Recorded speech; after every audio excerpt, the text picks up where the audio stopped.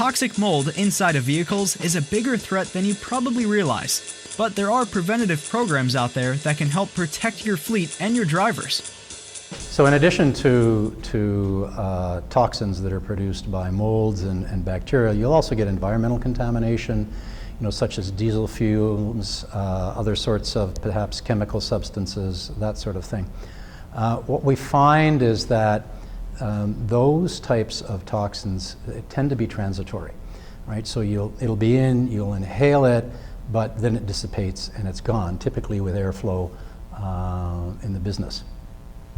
The presence of toxic molds and the associations of bacteria with toxic molds, because they tend to like to collaborate together, produce long-term effects. And what we've discovered is that these molds and these other pathogens, they only do one thing, and that's continue to get worse.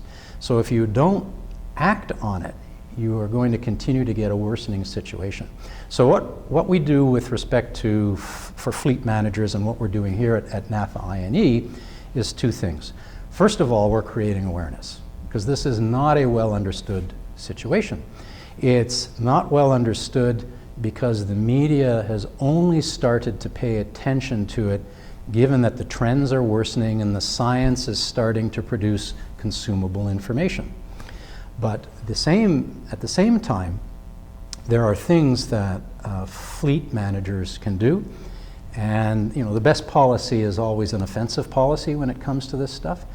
Don't wait until you notice something or you're getting considerable complaints or one of your staff members get ill, because then you're fighting a rearguard action.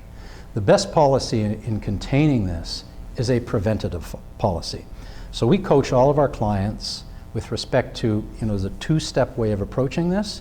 By far, your most important step is run a preventative program, depending on the frequency of use of your vehicle and how you're using it. And this will keep these pathogens in check to the point that they're not going to produce a significant health hazard for your drivers.